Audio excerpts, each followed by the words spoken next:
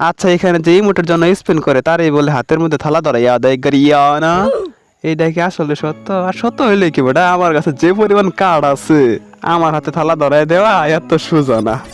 Spain শুরু করিয়া দিয়ালাম, পড়িয়া যাও গো।